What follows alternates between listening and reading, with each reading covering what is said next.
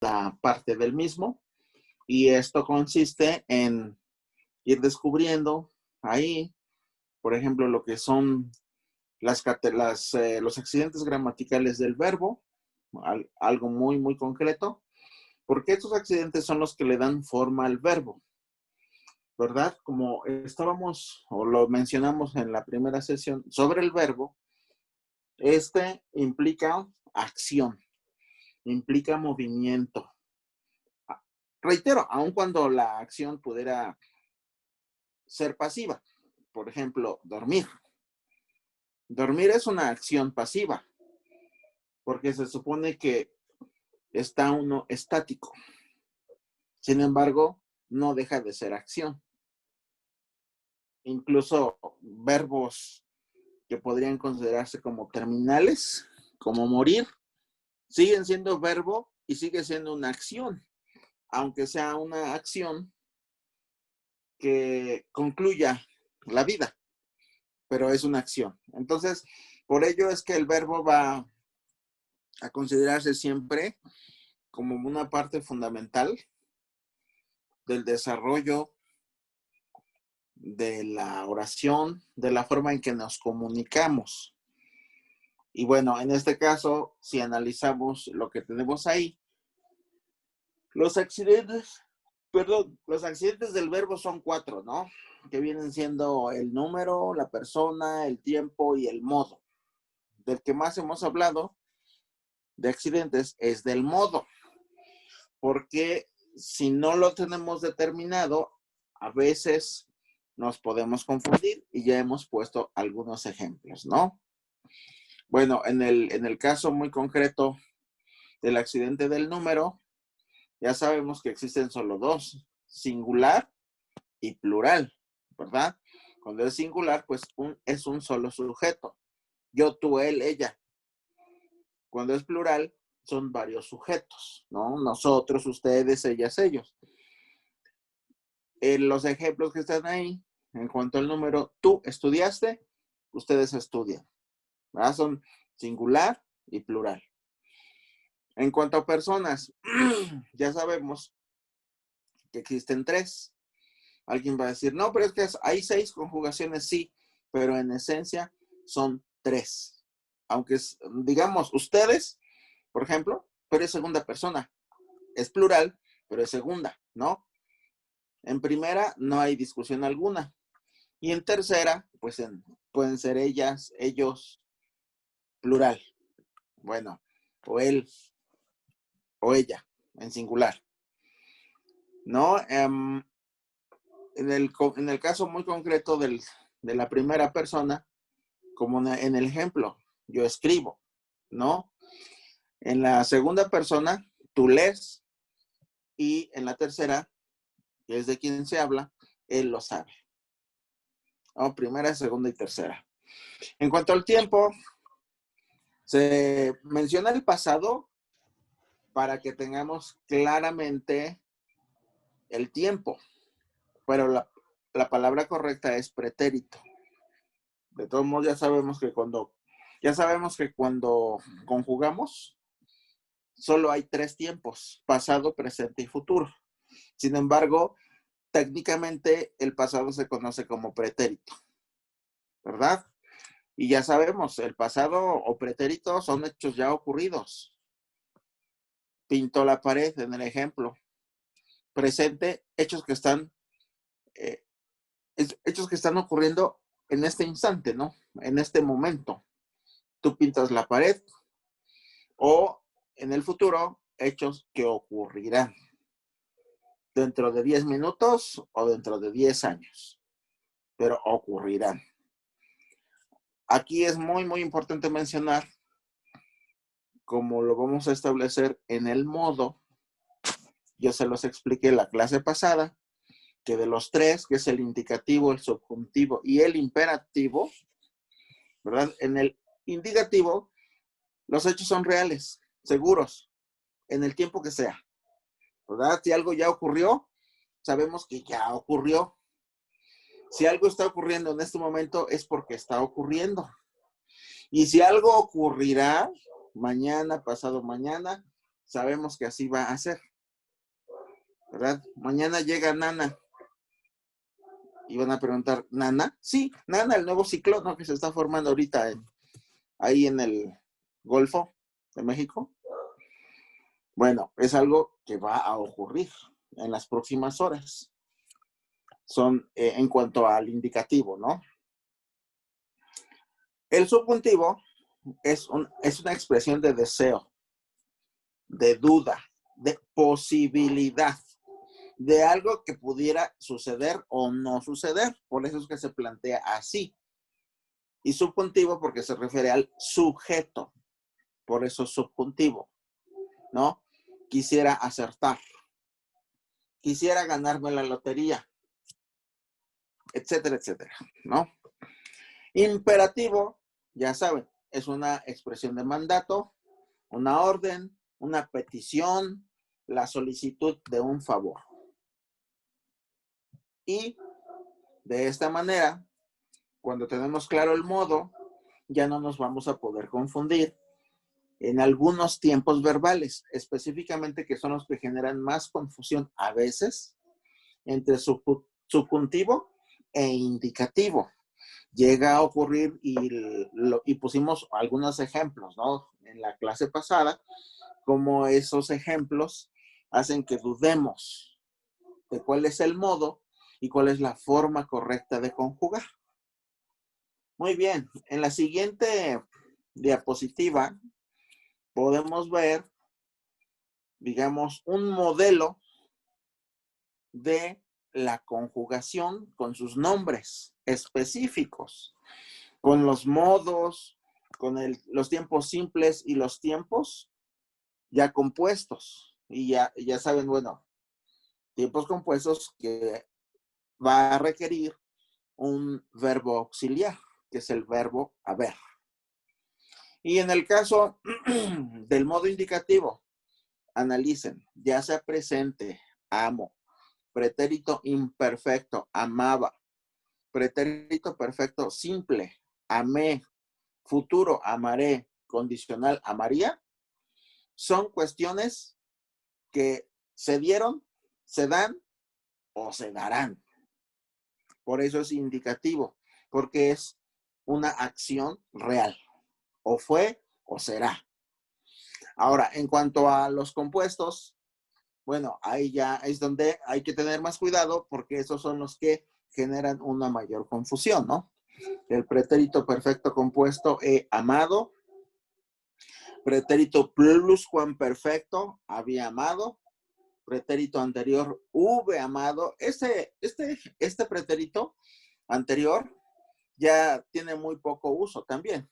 Recuerdan que comentamos la sesión pasada que hay otros verbos que prácticamente están dejando de tener uso. ¿A qué se debe esto? Se debe simplemente a que no sentimos como una necesidad ese medio de comunicación o ese tiempo verbal. En el caso del futuro, ahorita lo vamos a ver, del modo subjuntivo, vamos a analizar otra vez para que quede claro el asunto. Pretérito, futuro perfecto, habré amado, ese es más común. Y el condicional perfecto también es más común, ¿no? Habría amado. Bueno, entrando ya al modo subjuntivo, ya sea presente, ame, que yo ame es una posibilidad, ¿no? O sea, lo estoy planteando como tal, como una posibilidad. Es imposible que yo ame a alguien este año, ¿no? Es un ejemplo. Pretérito imperfecto, amara o amase. Si yo amase a una persona, lo haría con tal fuerza que bla, bla, bla, ¿no? Es una posibilidad. El futuro del subjuntivo es el que a veces se confunde con un indicativo, ¿no? Por decir, vamos a plantear el ejemplo. Si yo amare a una persona a fin de año, seguro al próximo me caso. Pero es una posibilidad en futuro, no es algo concreto. No es lo mismo decir yo amaré del subjuntivo a yo amaré. es diferente. Y si nos damos cuenta, hay un factor también que marca la diferencia entre ambos, que es el tilde que ahí tenemos, ¿no? En futuro del indicativo lleva tilde. En futuro del subjuntivo no lleva tilde. Y si no lleva tilde, la acentuación, la sílaba tónica cambia. No es lo mismo decir en futuro del indicativo amaré a en el futuro del subjuntivo amare. Es diferente. Pero estos dos a veces llegan a generar confusión. Y ni se diga en el tiempo compuesto. Porque ahí es donde se genera incluso más confusión, ¿verdad? Haya amado, pretérito perfecto, haya amado. Pretérito pluscuamperfecto, hubiera o hubiese amado. Vean, hubiera o hubiese son sinónimos perfectos. Es el mismo tiempo auxiliar, prácticamente. Solo cambia un poco su forma, pero es el mismo. Y no, este es el que a veces se llega a confundir con el siguiente, que es el futuro perfecto. O sea, hubiere amado. Porque no es lo mismo decir hubiera amado que hubiere amado. Son dos tiempos verbales distintos. Pero una sola letra es la que puede generar confusión.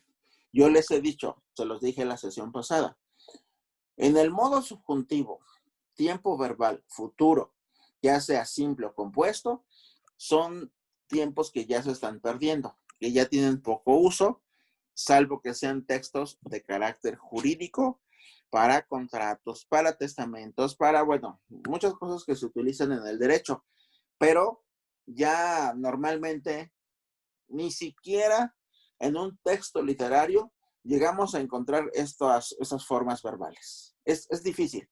¿Por qué razón? Reitero, porque si ya el hablante no lo, digamos, no lo siente útil para comunicar una idea, entonces va dejando de utilizarlo. Eso implica que, no sé, salvo en los escritos, ya al rato realmente nadie ya lo va a decir. Ya yo creo que si yo he escuchado a una persona utilizar estos tiempos es mucho, pero en realidad está desapareciendo en la forma verbal. Escrita sí, pero verbal ya no. Y bueno, el más sencillo de todos es el imperativo. ¿Por qué es tan sencillo? Que solamente existe en el presente. Porque una orden, un mandato, no se puede plantear en otro tiempo verbal, ni tampoco en su forma compuesta. No se puede. Es una orden y por eso de ahí el nombre de imperativo, modo imperativo, y se acabó. Es en este momento. Y ya, es el más sencillo. Bueno, no sé si hasta este momento exista alguna duda o algún comentario.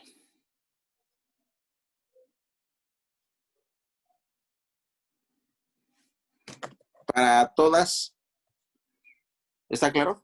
Porque no tenemos caballeros asistentes, excepto su servidor. No, yo no tengo duda, va muy bien. Muy bien. No, yo tampoco. Gracias, Lina, bienvenida. Gracias. Bueno, vamos a ver, ahí tenemos los verbos auxiliares. Los verbos auxiliares, como lo dice el nombre, ¿no? Se unen a las formas no personales, que, ¿cómo dijimos que le llamamos al infinitivo? Y también al gerundio y al participio.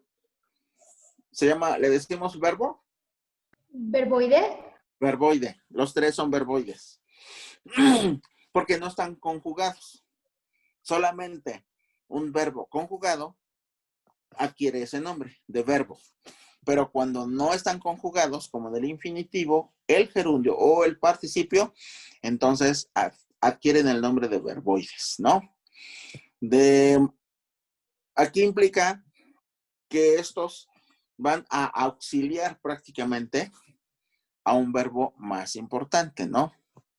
En este caso, si adquieren la categoría de verbos auxiliares, es que solo van a apoyar a otro verbo, ¿no? Por ejemplo, en la oración, Ana ha llegado pronto, el verbo más importante, el verbo nuclear, es llegado, pero le tiene que auxiliar el a, tercera persona del presente, ¿no?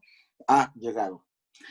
El verbo ser también se une al participio de muchos verbos para formar la voz pasiva. La voz pasiva ya, digamos, va siendo una forma que utilizamos muy poco en español. En otros idiomas como en el inglés se utiliza más que en español, ¿verdad? Pero aquí la característica es que el sujeto es el que recibe la acción del verbo en lugar de realizarla. O sea, como que la oración se pone al revés, ¿no? Un perro fue comprado la semana pasada en esa tienda. Voz pasiva, ¿no? La ciudad fue destruida por un terremoto. Salvo que esté, en este caso, muy justificado, ¿no? Digamos, el enfoque de la idea. La ciudad fue destruida por un terremoto. ¿Qué queremos remarcar con la voz pasiva? Queremos remarcar el hecho. En este caso, en la idea, la ciudad fue destruida por un terremoto. ¿Qué creen que sea más importante para manifestarlo?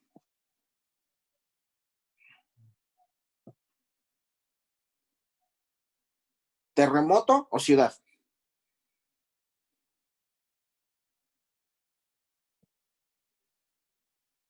¿Qué opinan? ¿Ciudad? Ciudad, es correcto. Entonces, porque podríamos decir la oración al revés, en voz activa, ¿no? ¿Cómo sería en voz activa?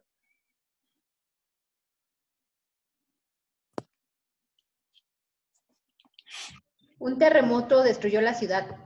Es correcto. Eso sería en voz activa.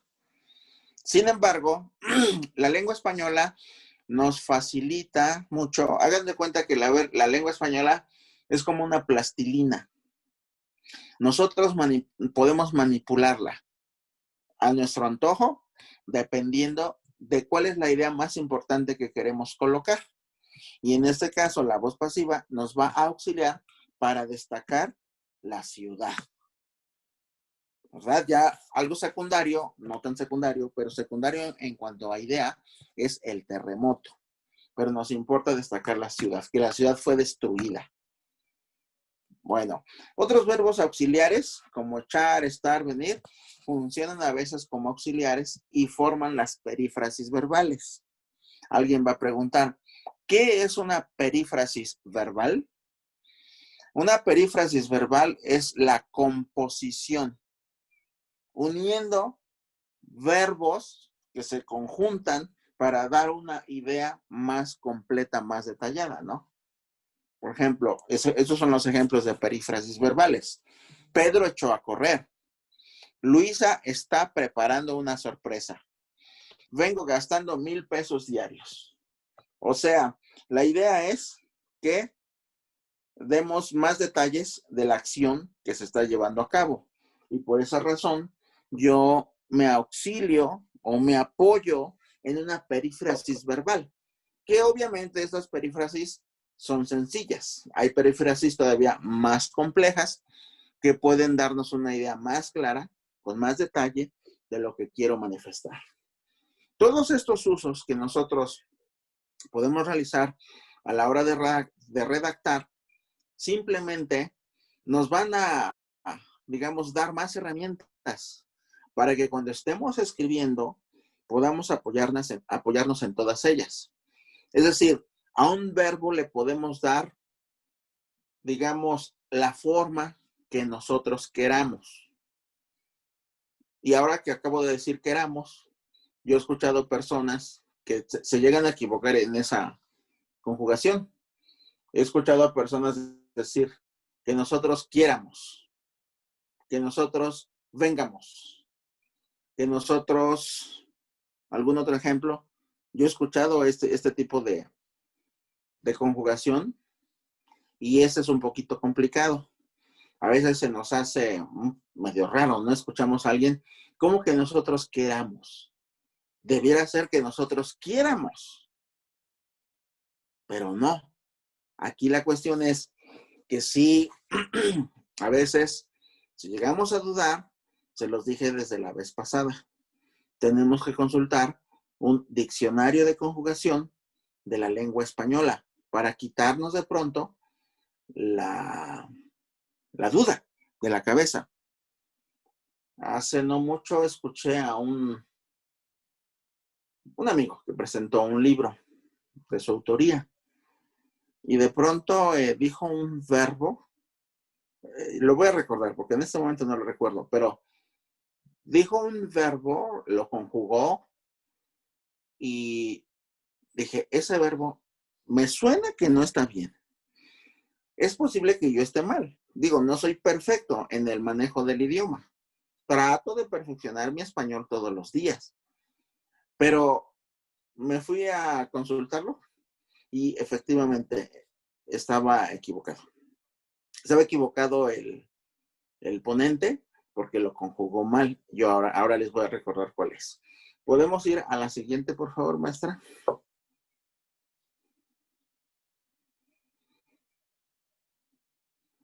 ¿Ves esa A? ¿No hay otra antes? ¿Es esta no. o No, esa es. esta ya?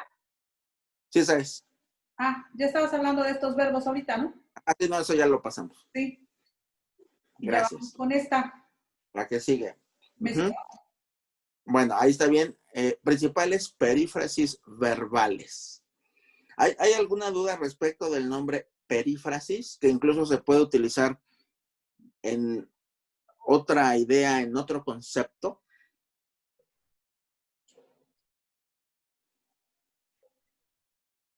Porque tiene otro significado también. Pero ya cuando lo utilizamos, digamos que cuando estamos escribiendo y nosotros queremos decir una idea de alguna otra persona, ¿no? O sea, en suma, la perífrasis lo que nos da como idea es el conjunto. Es un conjunto que nosotros lo aprovechamos, que lo utilizamos reuniendo palabras que nos van a servir para dar más detalles prácticamente de lo que yo quiero decir en una oración, ¿verdad? Bueno, en el caso de las formas, aquí necesitamos definir a detalle qué es lo que nos quiere decir una perífrasis. Porque, por ejemplo, no es lo mismo decir haber qué que tener qué, ¿no? O sea, en estricto sentido. Sin embargo, sí significa una obligación. ¿Pudiera alguien pensar que al unir, por ejemplo, una oración como esta, nosotros tenemos que tener cuidado con el aprendizaje de las niñas y de los niños, por lo que pudieran ver de programas para adultos, ¿no? Por ejemplo.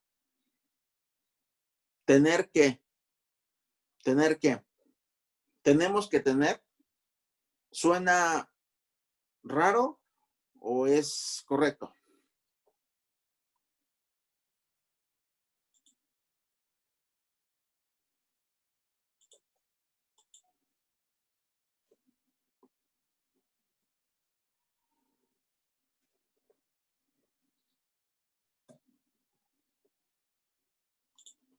¿O ustedes qué opinan?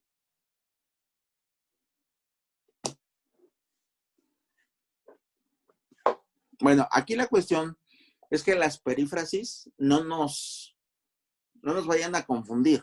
Más bien, hay que utilizarlas siempre y cuando esté justificado su uso, ¿no? Los ejemplos son muy claros, ¿no? Hay que llamar a la puerta, hay que comer, tienes que ir. O sea, implican obligación, pero es una perífrasis. No deja de ser una perífrasis porque es el conjunto de palabras que nos dan una idea. Lo pudiéramos manifestar de otra forma, pero en realidad esa es una buena forma porque implica obligación, ¿no? En el caso de deber de, es una suposición, ¿no? Deben de ser las dos. No tengo el reloj a la mano y estoy calculando, ¿no? Alguien toca la puerta. Debe de ser Alberto. Estoy tratando de adivinar. Es una suposición nada más. ¿No? En el ir a indica acción próxima a realizarse. Voy a jugar un partido en los próximos minutos. Echarse a o ponerse a, por ejemplo, indica comienzo de la acción. Echó a correr, o sea, en ese momento. Se echó a llorar o se puso a llorar. Se puso a trabajar en ese momento. Ahí comienza la acción. Acabar, y lo contrario, acabar de indica fin de la acción, ¿no? Acabo de llegar, acabo de comer, acabo de leer, etcétera, etcétera. Bueno, en el caso de perífrasis de gerundio, vienen, digamos, el apoyo de palabras con verbos, pero con el gerundio, que ustedes saben, es una acción que se está desarrollando, ¿no? Y entonces, por ejemplo, está llorando. Significa que quien esté llorando, está llorando en este instante, ¿no? Anda leyendo un cuento. Sí, en este instante lo está haciendo. O voy preparándome, lo voy a hacer ya en este momento y ya me empiezo a cambiar, ¿no? Pues ese es el perífrasis de gerundio. Y en el perífrasis de participio, acuérdense que el participio es común, que es un verbo, pero ya en el pretérito conjugándose o uniéndose con el verbo auxiliar. A ver, ¿no? Llevar, participio, llevado, por ejemplo, ¿no? Lleva leídas 2 obras. ¿No? Lleva leídas 2 obras. Pudiéramos utilizar, en lugar de lleva leídas, algún otro verbo. El caso es que funcione como perífrasis para que digamos que es perífrasis, ¿no? Pues una acción ya terminada. Tengo visto un piso o lo ha dejado dicho. Es algo que obviamente entra.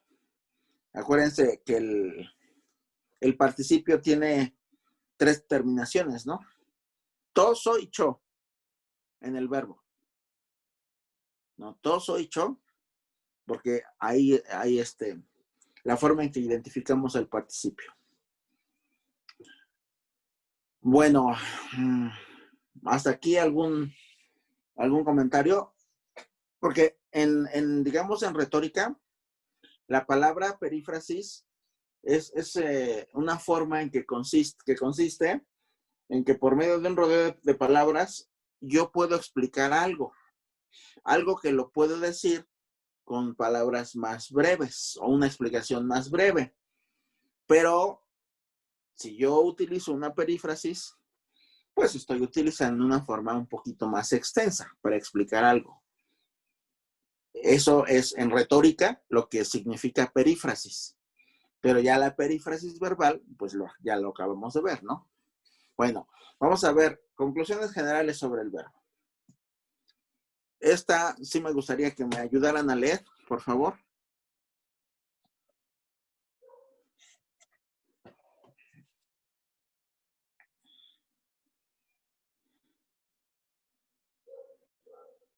Adelante, Lina.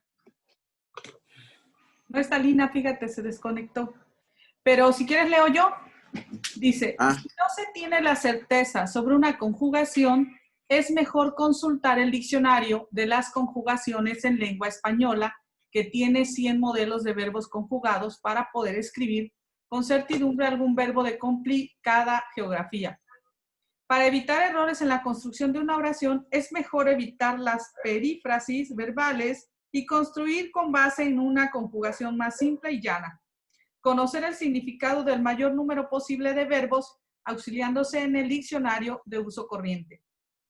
¿Qué pensamos si escuchamos los verbos arrojar o escampar? Conocer la tabla básica de las conjugaciones con el fin de no cometer errores en la concordancia verbal y conocer bien cada tiempo verbal con la finalidad de usar correctamente cada uno en el momento adecuado. ¿Mm? Muy bien. Arrojar, no sé arrojar qué es, pero es... Arrojar es un anacronismo, ya casi no se utiliza, porque se utilizaba en la época de las cruzadas, de las grandes batallas, y atrapaban a una persona y la arrojaban. ¿Qué quiere decir? Que le ponían herrojos, o sea, grilletes con cadenas. Eso es arrojar. Por eso es que, digo, sí llega a pasar todavía hoy día, pero ya es menos común que hace 500 años, ¿no? Arrojar a alguien. Alguna vez a una maestra le dijeron de español, le dijeron, oye, dime por favor el significado de arrojar. ¿Cómo arrojar? Sí, con H intermedia. Y dice, no, pero eso está incorrecto, es arrojar. No, es que arrojar sí existe, se armó un debate muy bueno, pero bueno, es que son palabras que ya se van utilizando menos. La palabra arrojar la podemos encontrar en la literatura, por ejemplo, en el Quijote. Es un ejemplo, ¿verdad? Y escampar, pues tiene que ver más bien con el clima, cuando dejó de llover. Y entonces el tiempo escampó. Eso es, perfectamente. ¿Cómo andamos de tiempo? ¿Quién sabe por qué? Cuando es por Zoom, se me va el tiempo como agua. Sí, mira, quedan 5 minutos. ¿Quieres avanzar otra diapositiva? ¿Da tiempo? Pues este lo quería dejar como tarea. Ok. Este es un pequeño ejercicio. Son 2 ejercicios que voy a dejar. El primero es este. Con calma, cada quien que lo revise, que lo lea. Y en la siguiente diapositiva está lo que tienen que hacer. En el cuadro de la siguiente diapositiva, tienen que rellenar identificando los verbos del pequeño texto y tienen que poner en cada cuadro de cada verbo, qué persona, qué número, qué tiempo, qué modo, su infinitivo y la conjugación que tiene el texto, ¿no? Puede estar en pretérito, pues le van a poner pretérito, pero al principio van a poner verbo, ¿cuál es el verbo? Etcétera, etcétera. No sé si queda claro el ejercicio.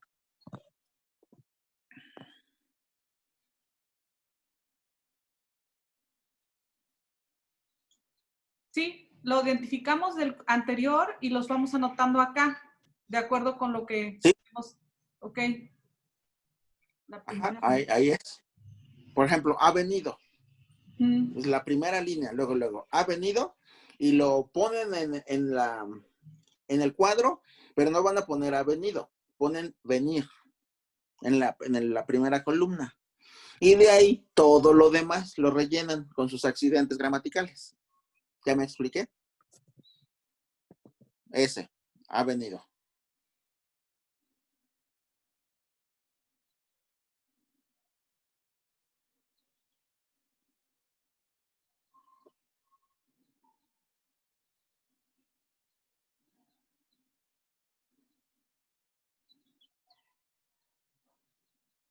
¿Esos dos? O creo que nomás esos. Todos los tiempos, ¿verdad? ¿Quieres que se marquen? Faltaron 6. A ver, váyanme diciendo. ¿Se nota? Por los últimos días. ¿Se nota?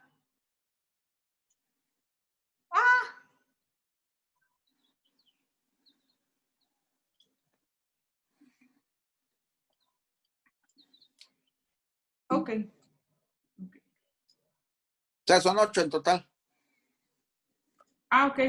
Sí, ahorita los estoy tratando de subrayar, pero no me deja subrayar. Ahorita intento. Bueno, y pasando a la siguiente diapositiva.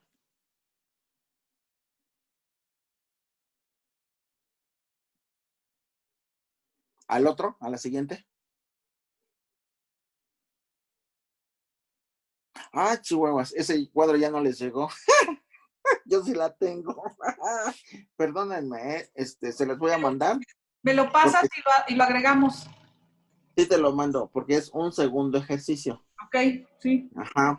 Ese está pues es algo muy parecido, pero solamente se trata de descubrir cuál es su infinitivo, su conjugación, según en la lista cómo está anotado, y el modo. Eso es, digamos, la última, pero yo te lo mando para fortalecer el ejercicio. Ok. Ya tendríamos que empezar con la siguiente categoría, pero ya no nos va a dar tiempo. Ok, está bien. Entonces se quedan de tareas y hay que ver que no falten tareas de las demás personas también, que es lo que estamos revisando ahorita, las tareas. Correctísimo. Ok, pues Muy muy bien. bien. No sé si alguien quiera comentar algo más, alguna cosa que nos vayas a recomendar, más lecturas. Sí, yo se las mando. Sí, okay. Perfecto. Perfecto, pues adelante, maestro. Si ya no hay preguntas, el cierre. Así quedamos. Les agradezco mucho. Muchas gracias, Fer, Flor. Ahora sí nos faltaron los demás, pero bueno, al ratito subo el video. Muchas gracias. Gracias. Chao.